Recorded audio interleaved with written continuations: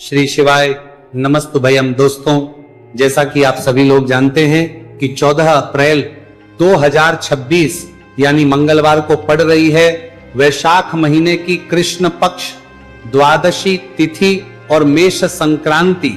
और दोस्तों, यह वह तिथि है जो वैशाख महीने में पड़ने वाली सबसे बड़ी तिथि है, क्योंकि यह मंगलवार के दिन पड़ रही है और हमारे हिंदू धर्म में इसका बहुत ही बड़ा और विशेष महत्व होता है।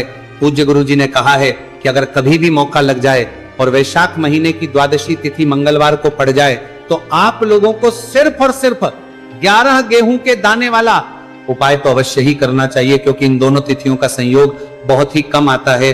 इसी के साथ दोस्तों, गुरुजी ने कहा है कि जब भी वैशाख महीने की द्वादशी तिथि पड़े तो आप लोगों को सिर्फ और सिर्फ 11 गेहूं के दाने वाला उपाय तो अवश्य करना। ये उपाय इतना खास है कि अगर आपने सही मुहूर्त पर सही क्रिया अनुसार 11 गेहूं के दाने वाला उपाय कर लिया, जो प्राचीन काल के समय का महा उपाय है, तो मान के चलिए दोस्तों, महादेव जी के आशीर्वाद से आपके जीवन का कितना ही बड़ा दुख हो उससे आपको मुक्ति मिल जाएगी। आपकी कोई भी मनोकामना हो, मान लीजिए आप नौकरी की तैयारी कर रहे थे तो आपकी नौकरी लग जाएगी, आपका बंद पड़ा व्यापार चल पड़ेगा। और दोस्तों, आप जिस बीमारी से आप बहुत दिनों से परेशान थे उस बीमारी से आपको मुक्ति मिल जाएगी। आपके जीवन में धन आना शुरू हो जाएगा, आपके जीवन में धन आने के नए नए रास्ते खुल जाएंगे। और मान के चलिए दोस्तों, फिर आपको किसी भी प्रकार की परेशानी का सामना नहीं करना पड़ेगा।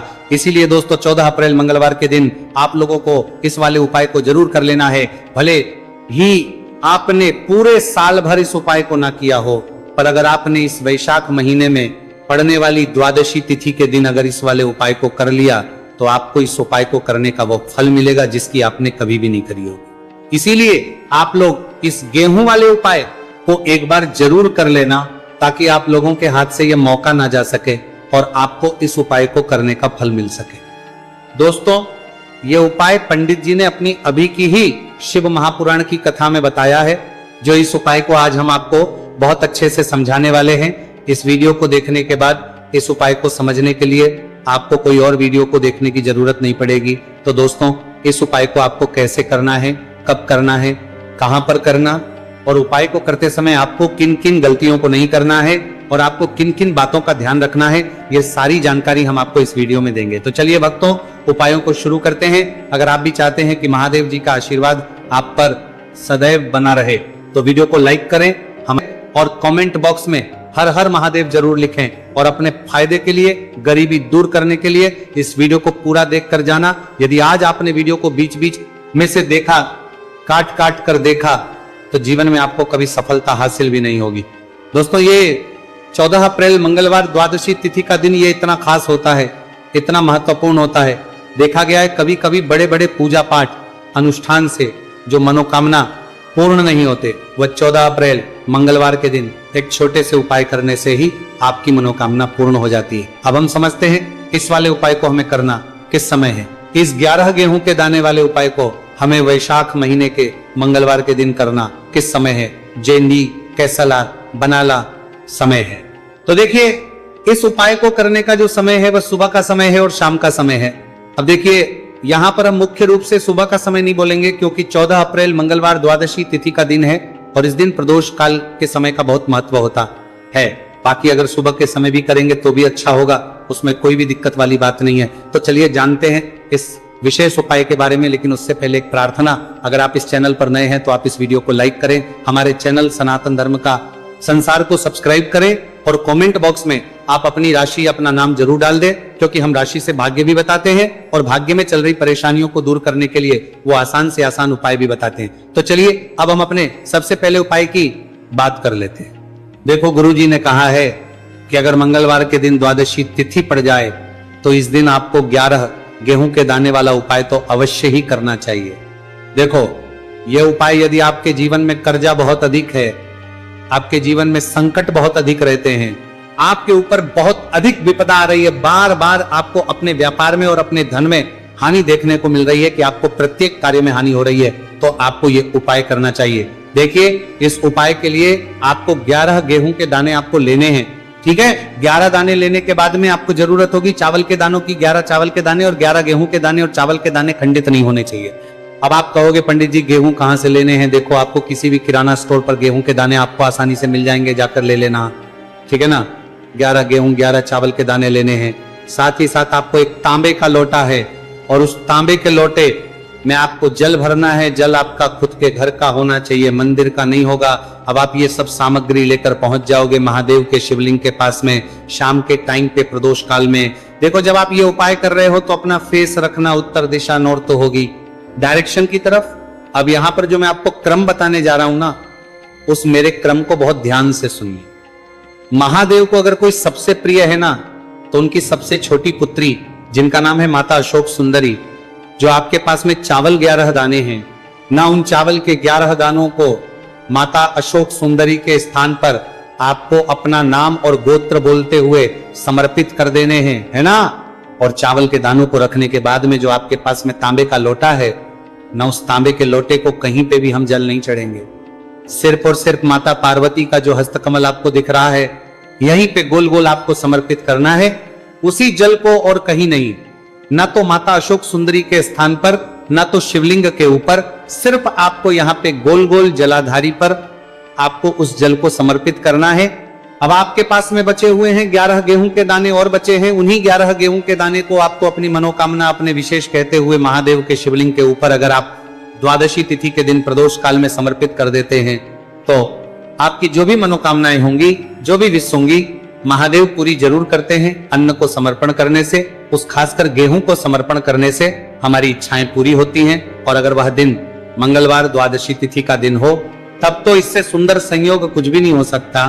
आपकी इच्छाओं को पूरा करने के लिए स्पेशल बहुत प्यारा सा उपाय आप सभी को जरूर करना है। ध्यान में रखिएगा, ये उपाय प्रदोष काल में करना है। देखो गुरुजी ने कहा है, भगवान शिव के शिवलिंग पर 33 कोटि देवी देवताओं का वास होता है। अगर हम शिवलिंग के सामने कुछ भी उपाय करते हैं तो हमारे सभी देवी देवता हमसे खुश हो जाते हैं। ये उपाय आपको अवश्य करना है। देखो सुबह के टाइम नहीं कर सकते, ठीक है। अब बात करते हैं अगले उपाय की। देखो इस उपाय के लिए आपको लेना है गोलबाती का दीपक।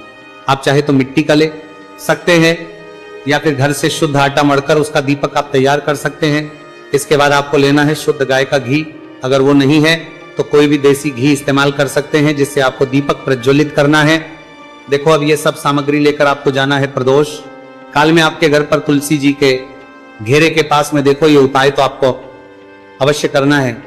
देखो वहां पहुंचकर सबसे पहले वो दीपक आपको प्रज्वलित कर देना है और का 11 बार जाप करना है। उसके बाद आपको अपने सीधे हाथ में थोड़ी हल्दी लेकर उस दीपक में अपना नाम और गोत्र बोलते हुए डाल देना है।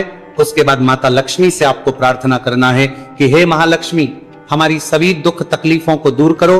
हे महादेव, हमारे सब दुख कष्टों को खत्म करो। इस भावना से आपको ये उपाय करना है।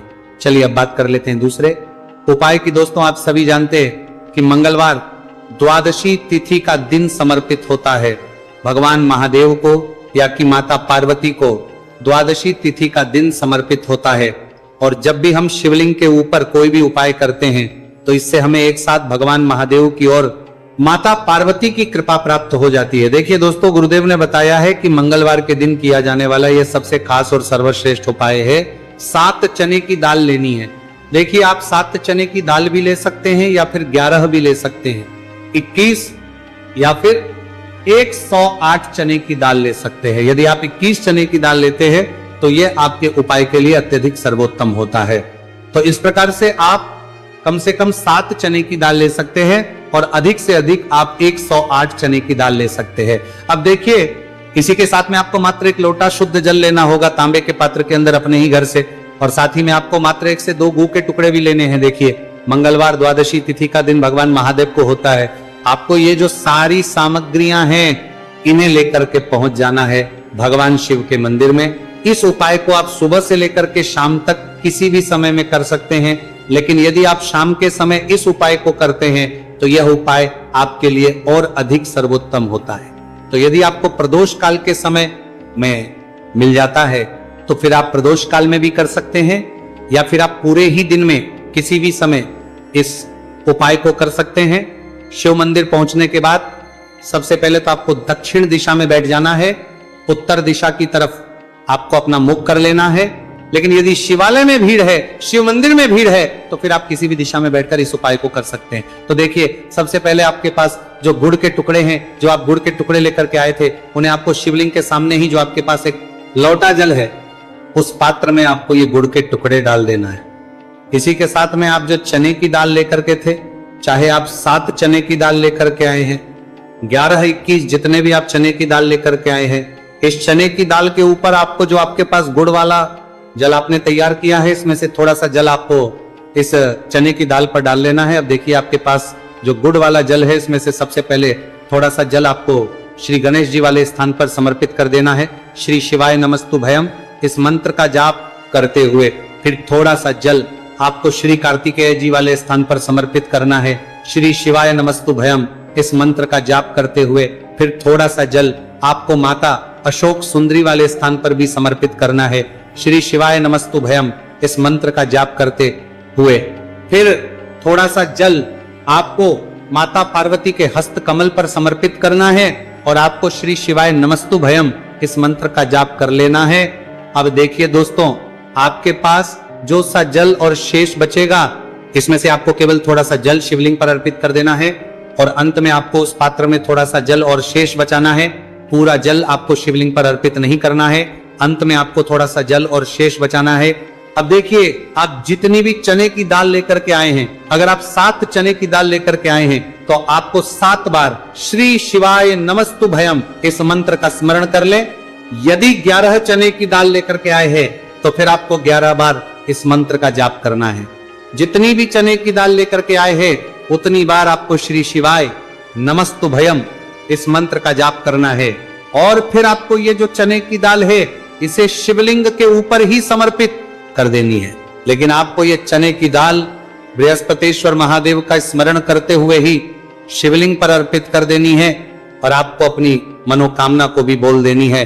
आप जो भी मनोकामना है, चाहे वो धन प्राप्ति को लेकर हो, नौकरी से संबंधित हो, विवाह से संबंधित हो, या फिर आपके मकान जमीन जायदाद से संबंधित हो, चाहे ग्राहक क्लेश से संबंधित हो, या फिर किसी भी प्रकार की जो मनोकामना है, उसे आपको बृहस्पतिश्वर महादेव से परिपूर्ण करने की प्रार्थना कर लेनी है।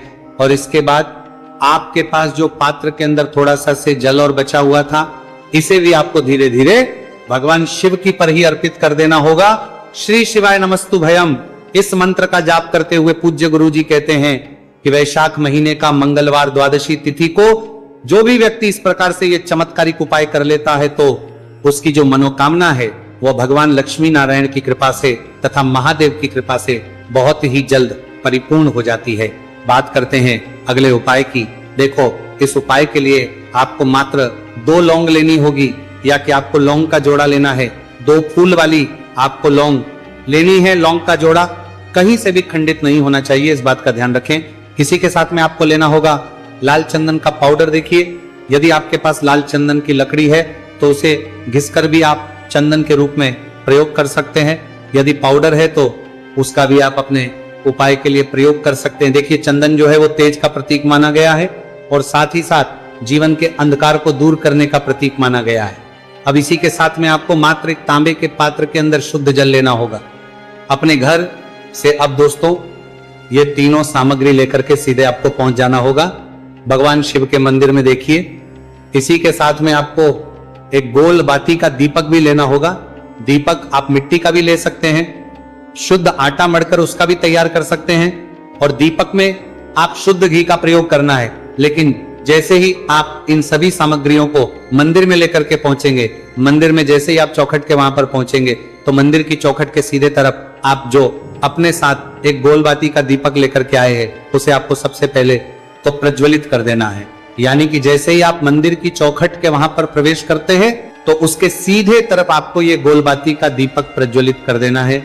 अब देखिए, जैसे ही ये दीपक प्रज्वलित करेंगे, तो आपकी जो भी मनोकामना है उससे आपको बोल देना है। आप इस दीपक को इस प्रकार से प्रज्वलित करने के बाद इन सभी सामग्रियों को शिवलिंग के पास में लेकर पहुंच जाना है।